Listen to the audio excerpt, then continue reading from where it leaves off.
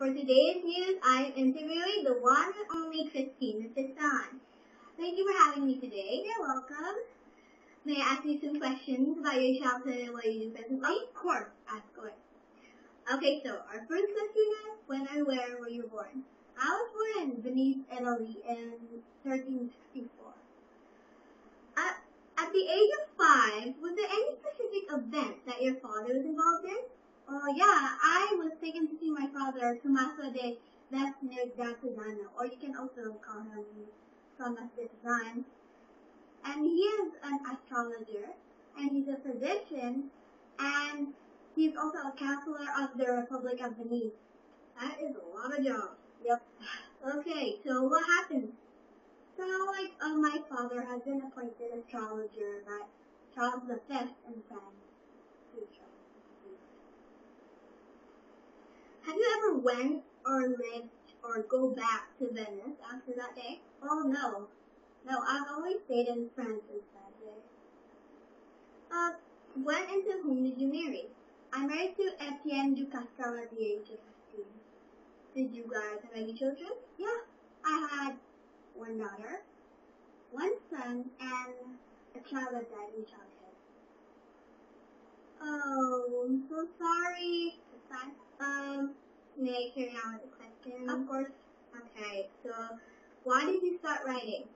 Well, I started writing because I faced complicated lawsuits regarding the recovery of salary due to my husband because, he died suddenly because of during an epidemic.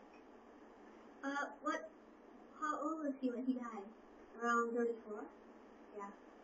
How long were you and Etienne du Castel married for? For, about 10 years. In 1393, what were you doing? I was mostly writing love ballads, and it caught the attention of the wealthy patrons living in the court. But why were they interested? They weren't interested because I was a female writer, and they had me compose texts about their romantic achievements. How many ballads and shorter poems, if you say around, during the 1390s? Probably around 300. Yeah, 300 ballads and more shorter poems. Wow, that's a lot. Yeah, hard work. I heard you had a quarrel with another author named John Demure in 1401 or 1402. Yeah. Can you tell us more about that? Yep, of course. I had a quarrel with him because I was enraged at his book called Roman de la Rose, and in my book called La Epistole de Amour,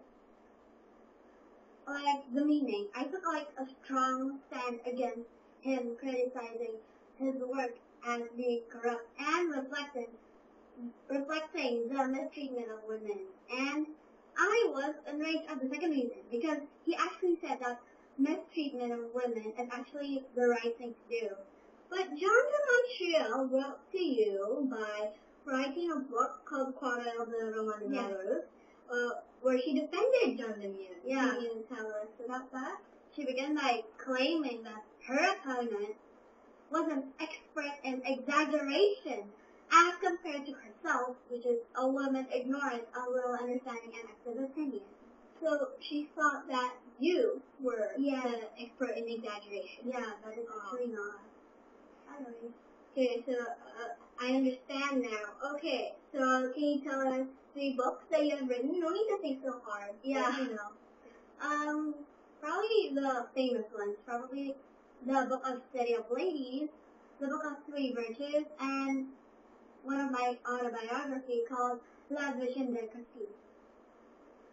In 1415, where did you retire to?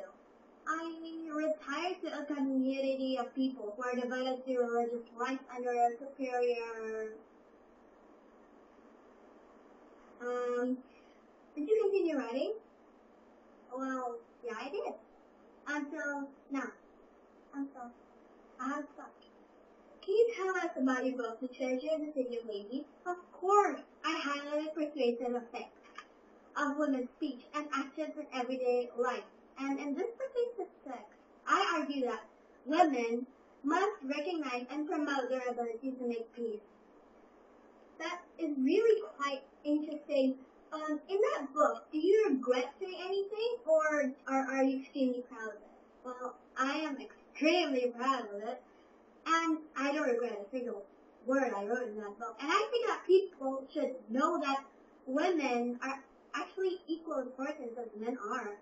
And I will fight for the rights of women, and I will not stop until we are treated equally as men are treated.